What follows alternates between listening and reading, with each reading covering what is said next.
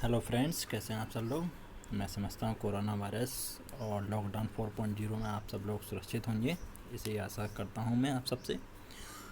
मैंने पहले भी कई बार आपको हवाई यात्रा से संबंधित कई सारे वीडियो की न्यूज़ आपको प्रदान करी है और आज फिर से मैं उसी फील्ड से संबंधित, जी हाँ, हवाई यात्रा से संबंधित ही आपको वीडियो प्रोवाइड करूँगा। जी हाँ, अब जैसा कि सरकार के द्वारा घोषणा की जा चुकी है कि फ़्लाइटों का संचालन शुरू होगा। जी हाँ, ये निर्देश आ चुके हैं।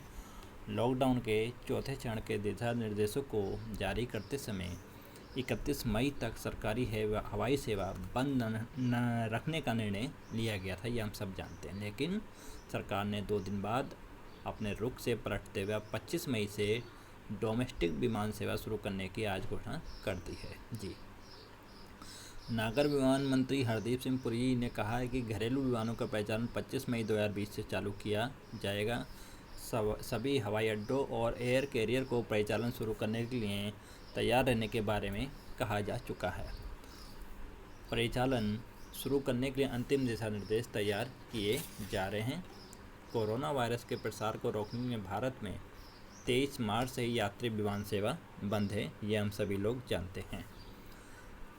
हवाई अड्डों में तैनात कर्मचारी हैरत में हैं क्योंकि वे 1 जून से परिचालन शुरू करने की तैयारी कर रहे थे, लेकिन अब 25 मई से ही ये उड़ानें चालू होनी है, सभी शहरों के लिए शुरू होंगी, ये अभी भी स्पष्ट नहीं है। सरकार के वरिष्ठ अधिकारी ने कहा है कि सभी शहरों के लिए उड़ान शुरू करने की अनुमति दी जाएगी, फिर चाहे वह रेड जोन हो या ग्रीन जोन हो। शुरुआती योजना के तहत केवल ग्रीन जोन के शहरों के बीच उड़ानें शुरू करने की बात कही गई थी, लेकिन सारी विमानन कंपनियों ने इसे कैंसिल कर दिया था, उन्होंने नहीं माना था इस बात को। जी, विमानन कंपनी के अधिकारियों ने कहा है सरकार को परिचालन बाहर करने के लिए कुछ और वक्त देना चाहिए था। स्लॉट भरने का काम अभी शुरू हुआ है, फिर इसकी मंजूरी लेनी है, उसके बाद ही टिकटों की बिक्री शुरू करेंगे। केवल 2 दिन का वक्त है। समाचार पत्र के छपने के लिए जाने तक नगर विमान मंत्री ने अंतिम रूप देने की विमान कंपनियों और हवाई अड्डों के मुख्य कार्य अधिकारियों के साथ चर्चा कर रहे थे। हवाई अड्डों पर सामाजिक दूरी बरतने के सभी उपाय किए जाएंगे और पहले चरण में केवल 35% उड़ानों को अनुमति दी जाएगी, ऐसा उन्होंने कहा है।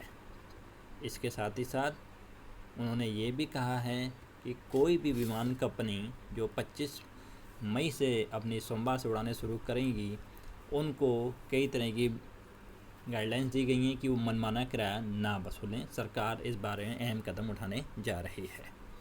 सिविल एविएशन मिनिस्ट्री ने किराए को नियंत्रित करने के लिए एक सीमा तय कर दी है। कोरोना वायरस लॉकडाउन के बीच 25 मई से शुरू हो रही फ्लाइट में उस सीमा से ज़्यादा महंगी टिकट नहीं बेची जा सकेंगी। 21 मई को जारी अपने ऑर्डर में कहा है कि मंत्रालय की तरफ से जारी आदेश के मुताबिक कोरोना वायरस महामारी के दौरान एयरलाइंस कंपनियों को एयरफेयर की लोअर और अपर सीमा का ध्यान रखना होगा। केंद्र सरकार के पास एयरफेयर को रेगुलेट करने का पूरा राइट्स है। एयरक्राफ्ट एक्ट 1934 के मुताबिक केंद्र सरकार सिविल एविएशन और एयर ट्रांसपोर्ट सर्विसेज का इकोनॉमी रेगुलेशन का काम कर सकती है। इसमें एयरलाइंस के टिकटों को रेगुलेशन, मंजूरी देना या नामंजूर करने जैसे कई सारे मामले आते हैं। 25 मई से सर्विस चालू हो जाएंगी, हमारे पास कई तरह की उड़ानें चालू कर दी जाएंगी।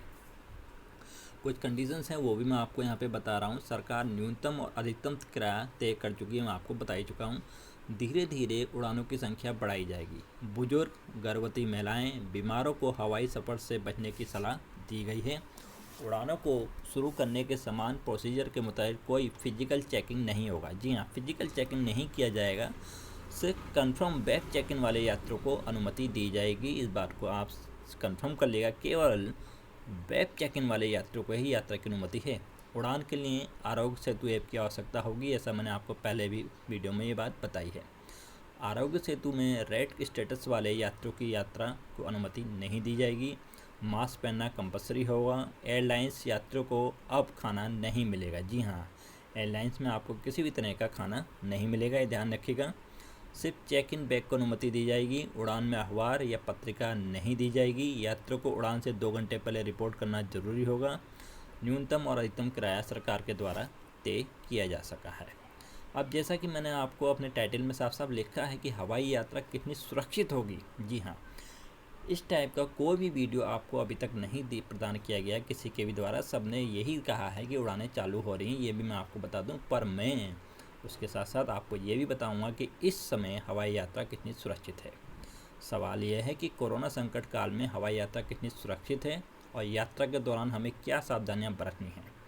अगर कोरोना संक्रमण के तकनीकी पक्ष को देखें तो साफ होता है कि इस वायरस का संक्रमण या तो रोगी के निकट संपर्क में आने से होगा या एरोसेल के जरिए होगा। निकट संपर्क या चीज़ों को छूने से होने वाले संक्रमण से निपटने के लिए एयरलाइंस को खास पैसेंजर टच पॉइंट को ध्यान में रखते हुए अपने हवाई जहाज़ों को बार बार सैनिटाइज करना होगा। हवाई जहाज़ों को अंदर और बाहर दोनों तरह से सैनिटाइज करना होगा। हवा या एरोसेल को होने वाले संक्रमण को ध्यान में रखते हुए तो देखें तो हवाई जहाज़ों में लगे एयर क्लीनिंग सिस्टम अपने में पर्याप्त हैं। हवाई जहाज़ों के अंदर की हवा 3 कारणों से काफ़ी साफ़ होती है, ये मैं आपको बता रहा हूँ। 3 रीजन हैं जिससे वो बिल्कुल साफ़ होती है। पहली वजह यह है कि जहाज़ों की हर सीट पर ऊपर से नीचे की तरफ 1 मीटर प्रति सेकंड के स्पीड से हवा आती है और हवा को जहाज़ की निचली सतह सोख लेती है। अगल बगल से कोई हवा नहीं आती है। दूसरी खास बात यह है कि हवाई जहाज़ों के अंदर की हवा हर 2-3 मिनट में पूरी तरह से रिसाइकिल हो जाती है। जी हाँ, पूरी 2-3 मिनट में रिसाइकिल हो जाएगी पूरी हवा। हाई एल्टीट्यूड पर जहाज़ के अंदर खींची गई हवा ठंडी, सूखी और किसी तरह के संक्रमण से मुक्त होती है और इस हवा को भी बार बार रिसाइकिल किया जा सकता है। और अंत में तीसरी बात जो सबसे मेन है, जहाज़ों के अंदर की हवा को HEPA फिल्टर्स के ज़रिए साफ़ किया जाता है, जिनकी हवा को साफ़ करने की क्षमता बहुत ज़्यादा अच्छी मानी जाती है। HEPA फ़िल्टर हवा से 99.95 से लेकर 99.99% तक पार्टिकल साफ़ कर सकते हैं, जिसमें कोविड-19 के वायरस पार्टिकल्स भी शामिल हैं। इन कारणों से हवाई केबिन के अंदर की हवा साफ़ और सुरक्षित रहेगी। ये मैंने आपको बताया है कि हवाई जहाज़ में किस तरह से आपको सेफ्टी रखनी होगी और किस तरह से हवाई यात्रा सेफ भी होगी। इसके साथ ही साथ अब मैं आपको थोड़ा सा और न्यूज़ इसके बारे में बता रहा हूँ। वो ये है कि हवाई अड्डों पर सामाजिक दूरी बरतने के सभी उपाय किए जाएंगे। पहले चरण में केवल 35% उड़ानों की अनुमति दी गई है और दिल्ली हवाई अड्डे पर हर एक घंटे 60 से अधिक विमानों का आवाजाही होती है। जी हाँ, दिल्ली एयरपोर्ट पे हर घंटे 60 से अधिक विमान आते हैं, लेकिन पहले चरण में मात्र प्रति घंटे 14 उड़ानों की अनुमति दी जाएगी। जी हाँ, एक घंटे में केवल 14 उड़ानें ही एयरपोर्ट पर उड़ेंगी। शुरू में हवाई अड्डों पर विमानों का परिचालन पूरे दिन नहीं होगा और एक सीमित अवधि के लिए इसकी अनुमति दी जाएगी। ये भी कहा गया है पहले चरण में 80 वर्ष से अधिक उम्र के लोगों को यात्रा की इजाज़त नहीं दी जाएगी। हवाई अड्डों पर यात्रा के दौरान यात्रियों के लिए फेस मास्क लगाना कंपलसरी होगा। इंडिगो ने कहा है हम कोविड-19 के मद्देनजर उड़ान सेवा सुरक्षित बनाए रखने के सभी आवश्यक दिशा निर्देशों का पालन करेंगे। स्पाइस जेट के श्री अजय सिंह जी ने कहा है कि स्पाइस जेट सेवा शुरू करने के लिए पूरी तरह तैयार है। यात्रियों एवं कर्मचारियों को उच्चतम स्तर की साफ़ सफाई और सुरक्षा मुहैया कराएंगे, उनके द्वारा ऐसा भी कहा गया है। इसके साथ ही साथ मैं आपको यहाँ पर ये भी बताना चाहूँगा कि जो सीटें हैं इन फ़्लाइट्स के किराए में 40% सीटें 3500 से 10,000 के बीच में दी जाएंगी, ऐसा भी कहा गया है।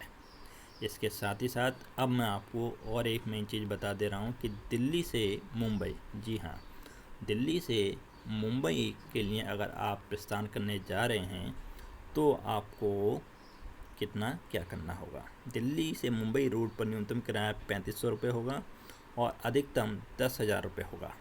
ये किराया फ़िलहाल 3 महीने के लिए लागू होगा। जी हाँ, मिनिमम 3500, मैक्सिमम 10,000 है और ये केवल 3 महीने के लिए लागू किया जाएगा। जी, फिर रिपीट कर दे रहा हूँ, यात्रा के लिए एयरपोर्ट पर चेक इन सुविधा नहीं होगी, केवल बैग चेक इन होगी और यात्रियों को सिर्फ एक बैग ले जाने की इजाज़त ही दी जाएगी। तो ये सारी जानकारी मैंने आपको आज इस वीडियो में प्रदान करी है।